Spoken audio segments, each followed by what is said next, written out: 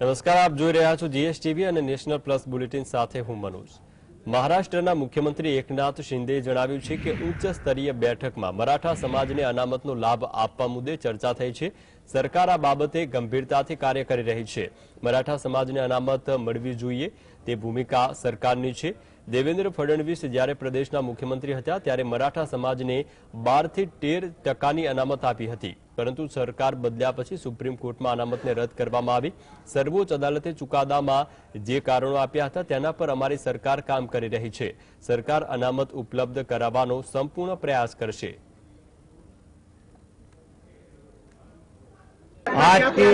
आज की बैठक उच्च स्तरीय बैठक हुई है। उस बैठक में मराठा समाज को रिजर्वेशन देने के बारे में चर्चा हुई है। सरकार मराठा समाज को रिजर्वेशन देने के लिए पूरी तरह गंभीरता से काम कर रही है। ईमानदारी से मराठा समाज को आरक्षण मिलना चाहिए, ये भूमिका सरकार की है।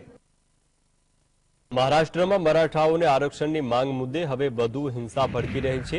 મુંબઈ સહિત મહારાષ્ટ્રના વિવિધ જિલ્લાઓમાં મરાઠા સમુદાયના લોકો રસ્તા પર ઉતરી રહ્યા છે। મરાઠા આંદોલનને પગલે મરાઠા ક્રાંતિ મોરચાએ ઔરંગાબાદ, હિંગોલી, સતારા, નાંદેડ જિલ્લામાં બંધનું એલાન આપ્યું છે। તેનાથી બજાર રોડ ટ્રાન્સફર પર તેની અસર પડી।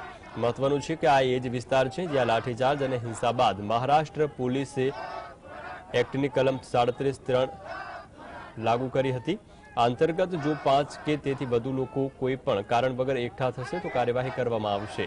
જો કે મરાઠા સમુદાયના દેખાવકારો જાલના લાઠીચાર્જ માટે ડેપ્યુટી સીએમ દેવેન્દ્ર ફડણવીસના રાજીનામાની માંગ કરી રહ્યા છે। આ દરમિયાન મરાઠા આંદોલનકારીઓ છે અને સરકાર વચ્ચે ગઈકાલે મંત્રણા અનિયંત્રિત થઈ હતી।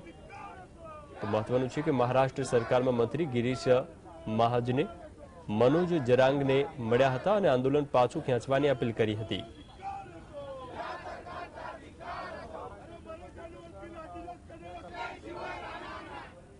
સનાતન ધર્મ અંગે વિવાદિત ટિપ્પણી કરનારા તમિલનાડુના સીએમ એમ.કે. સ્ટાલિનના પુત્રએ પોતાના નિવેદન પર સ્પષ્ટતા આપી છે। તેમણે કહ્યું છે કે તેઓએ ભાજપના દાવા પ્રમાણે પોતાના નિવેદનમાં નરસંહારનો ઉલ્લેખ સુદ્ધા નથી કર્યો, બસ માત્ર સનાતન ધર્મની આલોચના કરી છે। તે માટે તેમણે વડાપ્રધાન નરેન્દ્ર મોદીનું ઉદાહરણ આપતા કહ્યું કે જે રીતે વડાપ્રધાન મોદી કોંગ્રેસ મુક્ત ભારતની વાત કહે છે, પરંતુ તેનો મતલબ એ નહોતો કે કોંગ્રેસીઓની હત્યા કરવાનું। ઉદયનિધિએ કહ્યું હતું કે તેમણે માત્ર સનાતન ધર્મની આલોચના કરી। તેઓએ એવો પણ આક્ષેપ કર્યો છે કે ભાજપ તેઓનું નિવેદન તોડી મરોડીને રજૂ કરી રહી છે। તેઓ જે પણ કેસ દાખલ કરશે તેનો સામનો કરવા તૈયાર છું। ભાજપ ઇન્ડિયા એરલાઇન્સથી ડરી ગયું છે અને તેનાથી ભટકાવવા માટે તેઓ આ બધું કરી રહી છે।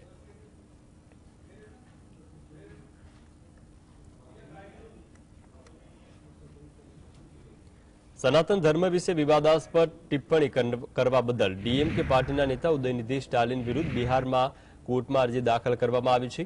મુઝફ્ફરપુરમાં એડવોકેટ સુધીર કુમાર ઓઝાએ chief judicial magistrate Pankaj Kumar લાલની કોર્ટમાં અરજી દાખલ કરીને આરોપ લગાવતા કહ્યું છે કે આ ટિપ્પણીથી હિન્દુઓની ભાવનાઓને ઠેસ પહોંચી છે। આ મામલે કોર્ટમાં 14મી સપ્ટેમ્બરના રોજ સુનાવણી હાથ ધરવામાં આવશે। વિવાદાસ્પદ નિવેદન બાદ ઉદયનિધિએ જણાવ્યું કે તેમણે સામાજિક દૂષણોના ઉદ્દેશ્યથી આ નિવેદન આપ્યું હતું।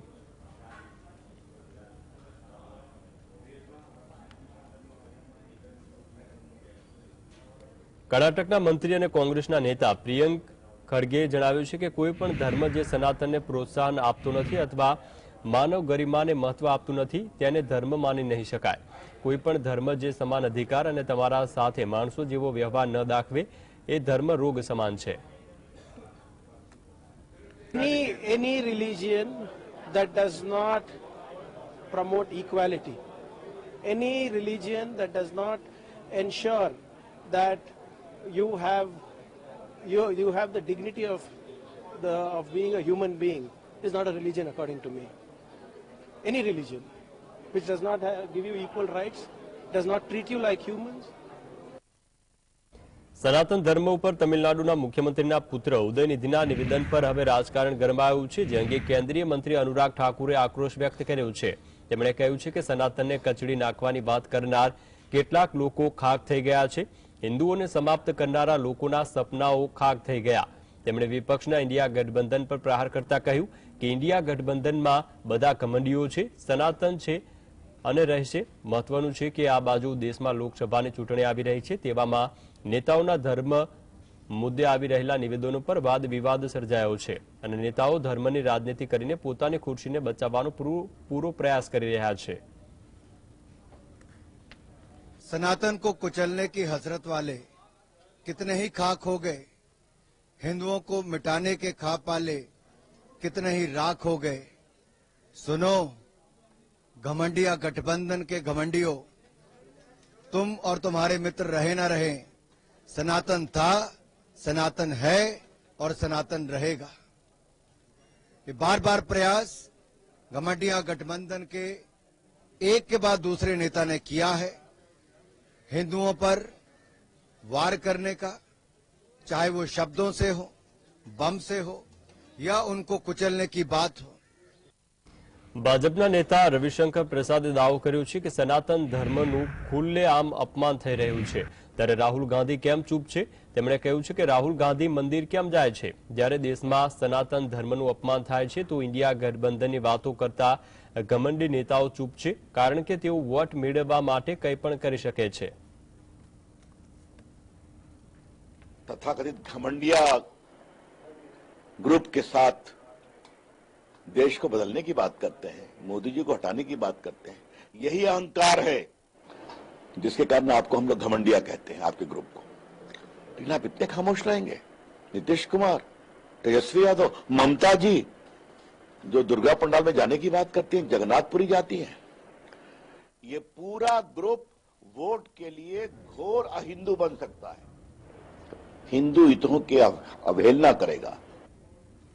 મહારાષ્ટ્રના મંત્રી મંગલ પ્રભાત લુધાએ જણાવ્યું છે કે ડીએમકે પાર્ટીના નેતા ઉદયનિધિ સ્ટાલિને મુસ્લિમ તૃષ્ટિકરણની રાજનીતિ માટે સનાતન ધર્મ વિશે આ પ્રકારનું વિવાદાસ્પદ નિવેદન આપ્યું છે. આ નિવેદનથી કરોડો હિન્દુઓની લાગણી દુભાઈ છે. દેશમાં હિન્દુઓ પોતાનું અપમાન સહન નહીં કરી શકે. ઉદયનિધિ સ્ટાલિન જ્યાં સુધી પોતાના શબ્દ પરત ન ખેંચે ત્યાં સુધી છત્રપતિ શિવાજીની પવિત્ર ધરતી મહારાષ્ટ્રમાં તેમને પ્રવેશવાની મંજૂરી ન આપવામાં આવે તેવી અમારી માંગ છે. करोड़ों हिंदुओं की श्रद्धा को उन्होंने अंतर मन के ऊपर चोट पहुंचाई है और केवल इतना ही नहीं है, कहने के बाद भी वो इस बात पे अड़े रहे कि मैं इस बात पर भी कायम हूं. हिंदू इतना कमजोर नहीं है कि इतना वो आतंक और अपमान सहन करेगा. जब तक वो अपने शब्द वापस नहीं लेते हैं तब तक उनको छत्रपति शिवाजी महाराज की धरती महाराष्ट्र के अंदर घुसने नहीं दिया जाएगा. ऐसी मांग मैंने की. તમામને સમાન શિક્ષણ મેળવવાનો અધિકાર છે. આમ આદમી પાર્ટી આ પ્રકારની સુવિધા ઉપલબ્ધ કરાવવા માંગે છે અને તે માટે અમે વન નેશન વન ઇલેક્શનની વાત કરીએ છીએ. દેશમાં one nation one health system હોવી જોઈએ. આ સાથે જ આરોપ લગાવતા તેમણે કહ્યું છે કે પીએમ મોદી તેમના મિત્ર માટે કામ કરે છે.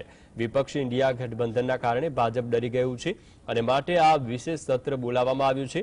ભ્રષ્ટાચારના મુદ્દાઓ પરથી ધ્યાન હટાવવા માટે વન નેશન વન ઇલેક્શનની વાત सरकार કરી રહી છે. गरीब का बच्चा हो, अमीर का बच्चा हो, अडानी का बच्चा हो, अंबानी का बच्चा हो और एक आम आदमी का बच्चा हो, वो एक जैसी शिक्षा पाए, ये हमारा सपना है. अरविंद केजरीवाल जी का सपना है, ये आम आदमी पार्टी का सपना है. इसलिए उन्होंने कहा कि वन नेशन वन एजुकेशन होना चाहिए. इसलिए उन्होंने कहा कि one nation one health system होना चाहिए. एक तरह के इलाज की व्यवस्था गरीब और अमीर के लिए होनी चाहिए. इंडिया गठबंधन के बनने के बाद जो घबराहट है उसके कारण एक नकली बहस प्रधानमंत्री नरेंद्र मोदी के द्वारा वन नेशन वन इलेक्शन के ऊपर चलाई जा रही है. કાવેરી નદીમાં પાણી પુરવઠાની વહેંચણી મુદ્દે પ્રતિક્રિયા આપતા કર્ણાટકના ઉપમુખ્યમંત્રી ડીકે શિવકુમારે જણાવ્યું છે કે અમે પ્રદેશના ખેડૂતોના હિતોનું રક્ષણ કરવા માંગીએ છીએ. અમને ખ્યાલ છે કે રાજ્યના ખેડૂતોનું રક્ષણ કેવી રીતે કરવું. ભાજપ અને જેડીએસ આ મુદ્દે રાજનીતિ કરે છે. તેમણે કહ્યું છે કે 25,000 ક્યુસેક પાણીની માંગ કરવામાં આવી, જેની સામે અમે 3,000 ક્યુસેક પાણી છોડવા પર સહમત થયા. કોર્ટે કાવેરી નદીનું 5,000 ક્યુસેક પાણી છોડવાનો આદેશ કર્યો છે. કોર્ટના આદેશને અમે ઉપલી કોર્ટ સમક્ષ પડકારીશું. આ વર્ષે કર્ણાટકમાં વરસાદની અછતને કારણે પાણી છોડવાનો જથ્થો ઘટાડવામાં આવે તેવી રજૂઆત કરીશું. આ સાથે જ કર્ણાટકના ડેપ્યુટી સીએમએ સૂચવ્યું હતું કે લાંબા સમયથી ચાલી રહેલા વિવાદનો એકમાત્ર ઉકેલ મેકેદાટુ પ્રોજેક્ટ છે। આ પ્રોજેક્ટ હેઠળ કનકપુરા પાસે એક જળાશયનું નિર્માણ કરવામાં આવશે, જેનાથી બેંગલુરુને પીવાનું પાણી ઉપલબ્ધ કરાવવામાં આવશે અને કાવેરીના તટીય વિસ્તારોમાં કૃષિ સંબંધિત કાર્યો પણ થઈ શકશે। We know how to protect Karnataka farmers. If BJP, JDS, they are doing politics. They demanded 25,000 cusics of water. We agreed for 3,000. Now court has given 5,000 cusics. The matter is in the court. Again, we are appealing before the authorities. That has to be reduced because there is no rain. કેન્દ્ર સરકારે one nation one election કમિટીનું ગઠન કર્યું છે અને તેમાં કોંગ્રેસના નેતા અધીર રંજન ચૌધરીનું નામ પણ સભ્ય તરીકે સામેલ કરવામાં આવ્યું હતું। અધીર રંજન ચૌધરીએ જણાવ્યું કે 31મી ઓગસ્ટના રોજ રાત્રે 11 વાગ્યે મને વડાપ્રધાન મોદીના પ્રિન્સિપાલ સચિવ મિશ્રાનો ફોન આવ્યો હતો। તેમણે મને જણાવ્યું કે સરકારે એક કમિટીનું ગઠન કર્યું છે અને 8 સભ્યોમાં તમારું નામ પણ સામેલ કરવામાં આવ્યું છે। ચૌધરીએ દાવો કર્યો છે કે ફોન કોલ પર વાતચીત દરમિયાન તેમણે વન નેશન વન ઇલેક્શન સંબંધિત કાગળો મંગાવ્યા હતા, જે ઉપલબ્ધ કરાવવામાં આવ્યા નથી। આ કાગળો જોયા બાદ જ કમિટીમાં સામેલ થવું કે નહીં તે વિશે નિર્ણય લઈ શકાય છે। મારી સાથે આ વાતચીત કોઈ મંત્રી નહીં પરંતુ સરકારી બાબુએ કરી હતી। ये वन नेशन वन इलेक्शन आप जो सोच रहे हैं, सारे कागजात मेरे पास भेजिए। कागजात देखने के बाद मैं अपना विचार रखूंगा और उस समय आपको मैं जानकारी दे दूंगा। क्योंकि मान लीजिए जब हम सीबीआई डायरेक्टर की चयन करने जाते तो सारे कागजात मेरे घर में भेजा करते, तो बेमतलब बिना किसी कागजात हवा में मैं क्या बात करेंगे, और वो भी एक ऑफिसर के साथ। कोई मंत्री ने कहा मेरे ભાજપના નેતા દિનેશ શર્માએ વિપક્ષના ઇન્ડિયા ગઠબંધન પર આકરા પ્રહારો કર્યા છે। તેમણે કહ્યું છે કે કોંગ્રેસ એ નેતા વિહીન પાર્ટી છે અને એક એવી જાન છે જેમાં વરરાજા નથી। તેઓ લોકો દ્વારા સત્તામાં આવવાનું સ્વપ્ન જોઈ રહ્યા છે। વિપક્ષનું ગઠબંધન એક ગઠબંધન નહીં પરંતુ લોભી લોકોનું એક જૂથ છે અને સનાતન ધર્મનો નાશ કરવાનું સપનું જોઈ રહ્યા છે। વિપક્ષ પોતાની હારના દુઃખને શબ્દમાં વર્ણવી શકતી નથી। વિપક્ષને લાગે છે કે પીએમ મોદી તમામ સુધારા લાવી રહ્યા છે અને તેમના તમામ રસ્તાઓ બંધ થઈ રહ્યા છે। તેમણે વધુમાં કહ્યું હતું કે આમ પણ જ્યારે કંઈ સારું થાય છે ત્યારે વિપક્ષ તેને બગાડવાનો રસ્તો અપનાવે છે। मैं समझता हूं जब भी अच्छा काम होने लगता है तो कांग्रेस को उसमें एजेंडा नजर आता है, और कांग्रेस अब नेतृत्व विहीन है। ये बगैर दूल्हे की बारात है, और बगैर दूल्हे की बारात हमेशा जनातियों के द्वारा लौटाई जाती है कि जनता के द्वारा चुनाव में लौटाई जाने वाली बारात है। ये गठबंधन नहीं है, ये कुछ लालच भरे लोगों का जो सनातन संस्कृति को नष्ट करने का ख्वाब देख रहे हैं, ऐसे लोगों का एक समूह है। કોંગ્રેસ અધ્યક્ષ મલ્લિકાર્જુન ખડગે 5 સપ્ટેમ્બરના રોજ વિપક્ષી ઇન્ડિયા ગઠબંધનના સાંસદોની બેઠક યોજવાનો નિર્ણય કર્યો છે। બેઠકમાં સંસદના વિશેષ સત્ર અંગે રણનીતિ ઘડવામાં આવશે। આ વિશેષ સત્ર 18 થી 22 સપ્ટેમ્બર સુધી યોજાશે। બેઠકમાં વિપક્ષના લોકસભા અને રાજ્યસભાના સભ્યોને બોલાવવામાં આવ્યા છે। કોંગ્રેસ મહાસચિવ કેસી વેણુગોપાલે કહ્યું છે કે પક્ષના અધ્યક્ષ મલ્લિકાર્જુન ખડગે સમાન વિચારધારાવાળા વિપક્ષી દળોના સાંસદોની બેઠક બોલાવી છે। બેઠકમાં આગામી સત્રના એજન્ડા પર ચર્ચા કરવામાં આવશે। અગાઉ કોંગ્રેસ સાંસદ રાહુલ ગાંધીએ મલ્લિકાર્જુન ખડગે સાથે મુલાકાત કરી હતી। બંને વચ્ચે પક્ષના સંગઠનાત્મક મુદ્દાઓ અને રાજકીય પરિસ્થિતિ પર વાત થઈ। અગાઉ સંસદનું ચોમાસું સત્ર 20મી જુલાઈને 11મી ઓગસ્ટ સુધી ચાલુ હતું। મણિપુરમાં હિંસા અંગે સત્રમાં ભારે હોબાળો પણ થયો। વિપક્ષ મણિપુર પર પીએમના નિવેદન પર ચર્ચા કરવા પર અડગ હતા, જ્યારે સરકારે ગૃહમંત્રીએ જવાબ સાથે ચર્ચા કરવાનો આગ્રહ કર્યો હતો। આ અંગે સરકાર અને વિપક્ષ વચ્ચે ઉગ્ર માડાગાંઠ પણ સર્જાઈ હતી।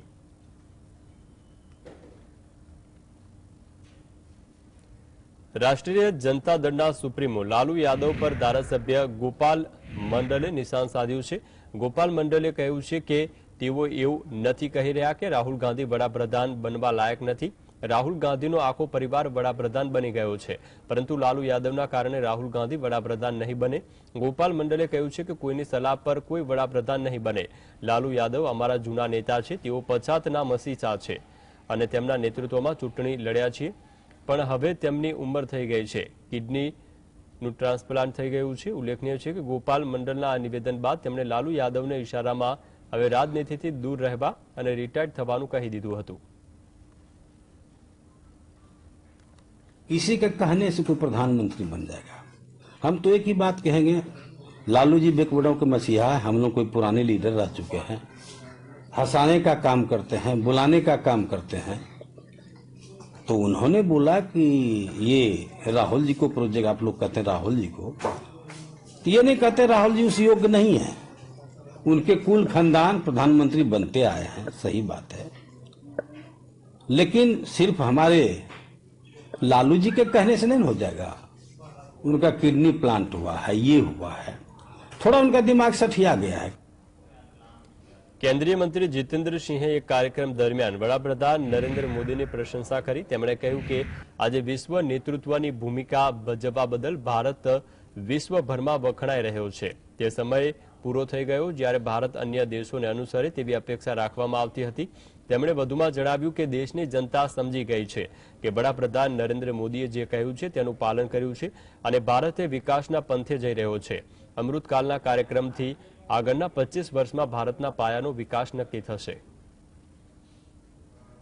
देश की जनता समझती है, आम मानस ये समझता है कि जिस प्रकार के समर्पण, ईमानदारी और संकल्प के साथ मोदी जी ने कार्य किया है और संकल्प से सिद्धि तक उसको पहुंचाने का प्रमाणित ढंग से काम हुआ है, केवल कहा ही नहीं गया है, वॉक दी टॉक भी हुआ है, वो सब देश के सामने है। और इसीलिए आज ये जो अमृत काल का लेके कार्यक्रम कर रहे हैं, मेरी माटी मेरा देश, ये एक अगले 25 वर्ष की हमारी अमृत काल की यात्रा का एक पैगाम है। છત્તીસગઢ સરકારના ગૃહમંત્રી Tamradhwaj સાહુએ one nation one election પર પ્રતિક્રિયા આપતા દાવો કર્યો છે કે કોંગ્રેસ ભાજપથી ડરી ગઈ છે અને માટે આ પ્રકારના પગલાં લઈ રહી છે। કોંગ્રેસના નેતાઓએ દાવો કર્યો છે કે ભાજપની સરકાર કેન્દ્ર કે છત્તીસગઢમાં આવવાની નથી અને તે માટે તેઓ વન નેશન વન ઇલેક્શનની વાત કહે છે। ભાજપને લાગે છે કે આનાથી તેમને લાભ થશે, પરંતુ એવું કંઈ પણ થવાનું નથી। કેન્દ્ર સરકારે પૂર્વ રાષ્ટ્રપતિ કોવિંદને લોકસભા, રાજ્ય વિધાનસભાઓ અને સ્થાનિક સંસ્થાઓની એકસાથે ચૂંટણી યોજવાની શક્યતાઓ અને આ સંદર્ભમાં ભલામણો રજૂ કરવાની કમિટીના અધ્યક્ષ નિમ્યા છે। कि अब न दिल्ली में उनकी सरकार बनने वाली है और न ही यहाँ पर कहीं पर भी उसकी सरकार बनने वाली है, और इसलिए वन नेशन वन इलेक्शन की वो लोग बात कर रहे हैं ताकि उनको फायदा मिल सके, पर इसका भी फायदा उनको। મધ્યપ્રદેશના પૂર્વ મુખ્યમંત્રી અને ભાજપના વરિષ્ઠ નેતા ઉમા ભારતી પાર્ટી દ્વારા યોજવામાં આવનાર જન આશીર્વાદ યાત્રાનું આમંત્રણ ન મળવાને બદલે એટલે હદે નારાજ થઈ ગયા છે કે તેમણે કહ્યું કે જો હવે આમંત્રણ મળશે તો પણ હું આ યાત્રામાં જોડાવાની નથી। મધ્યપ્રદેશમાં સરકારની ઉપલબ્ધિઓ લોકો સુધી પહોંચાડવા માટે જનસંપર્ક યાત્રા યોજવામાં આવી રહી છે। ભોપાલમાં એક કાર્યક્રમમાં પહોંચેલા ઉમા ભારતીને જ્યારે સવાલ કરવામાં આવ્યો કે તેમનું આ દર્દ છલકાયું હતું, તેમણે કહ્યું કે મને યાત્રામાં ક્યાંય બોલાવાય નથી, તેનાથી કોઈ ફેર પડતો નથી, પણ હા મારા મનમાં એક સવાલ છે કે જ્યોતિરાદિત્ય સિંધિયાએ જો તેમની સરકાર બનાવડાવી છે તો મેં પણ એક સરકાર બનાવી હતી। આ સાથે તેમણે કહ્યું હતું કે મારે યાત્રામાં જવું નહોતું કારણ કે હું ત્યાં પહોંચી જઈશ તો બધાનું ધ્યાન મારી તરફ આવી જશે। મારે જવું નહોતું પણ મને આમંત્રણ આપવાની અનૌપચારિકતા તો પૂરી કરવી હતી। मुझे कोई जनादेश, किसी जनादेश यात्रा का नेतृत्व करना था। उत्तर प्रदेश का या कोई देश के इन चारों राष्ट्रीय अध्यक्ष हैं, कुछ पूर्व हैं कुछ वर्तमान है, इसलिए नेतृत्व हो रहा है, उसमें भी कोई दिक्कत नहीं है। लेकिन मुझे ये अजीब लगा कि मुझे कहा ही नहीं कि आप कहीं थोड़ी देर के लिए आ जाओ, और फोटो तो भी गायब हो गया साथ में। तो ये उपभोक्तावाद की जो संस्कृति है ना, कंज्यूमरिज्म की, ये पॉलिटिक्स में आने लगी है कि इस्तेमाल करो और भूल जाओ। ये मैं भाजपा में तो होने ही नहीं दूंगी, इसलिए मैंने एक जरा सा थोड़ा सा झटका देने के लिए बोल दिया, बिल्कुल प्लानिंग से बोला। निमंत्रण ही नहीं दिया गया था, बोला ही नहीं मुंह से, झूठे मुंह से। निमंत्रण तो हाथ से देना होता है, मुंह से वाक्य नहीं निकला कि आप भी आइए। ઉત્તરાખંડ અને હિમાચલ પ્રદેશ જેવા રાજ્યમાં ચોમાસુ કાળ બનીને ત્રાટક્યું છે અને આ વર્ષે ઉત્તરાખંડમાં 93 લોકોના મોત થયા છે, જ્યારે હજુ 16 લોકો ગુમ છે અને 51 લોકો ઇજાગ્રસ્ત થયા છે। ઉત્તરાખંડમાં છેલ્લા 80 દિવસથી સમગ્ર રાજ્ય પર ભાર વીત્યા છે। ડિઝાસ્ટર મેનેજમેન્ટ વિભાગના મતે 1914 ઘરો ધરાશાય થયા છે, તેમાં 56નું તો નામો નિશાન મીટી ગયું છે। જો કે 181 મકાન રહેવા લાયક પણ રહ્યા નથી, બાકીના ઘરોને આંશિક રૂપે નુકસાન થયું છે। ઉત્તરાખંડમાં અતિવૃષ્ટિ, ભૂસ્ખલન તથા પૂર જેવી સ્થિતિને લીધે તમામ જિલ્લામાં ભારે નુકસાન થયું છે। રુદ્રપ્રયાગ જિલ્લામાં સર્વાધિક જાનહાનિ થઈ છે। અહીં 21થી વધુ લોકોએ જીવ ગુમાવ્યો। જો કે 13ની કોઈ ભાળ મળી નથી। અત્યાર સુધી 7,798 ઢોર ડાખરના પણ મોત થયા છે। આ ઉપરાંત માર્ગો, પીવાના પાણીની સુવિધાઓ, વીજ લાઇન સહિત જાહેર સંપત્તિને પણ મોટા પાયે નુકસાન થયું છે।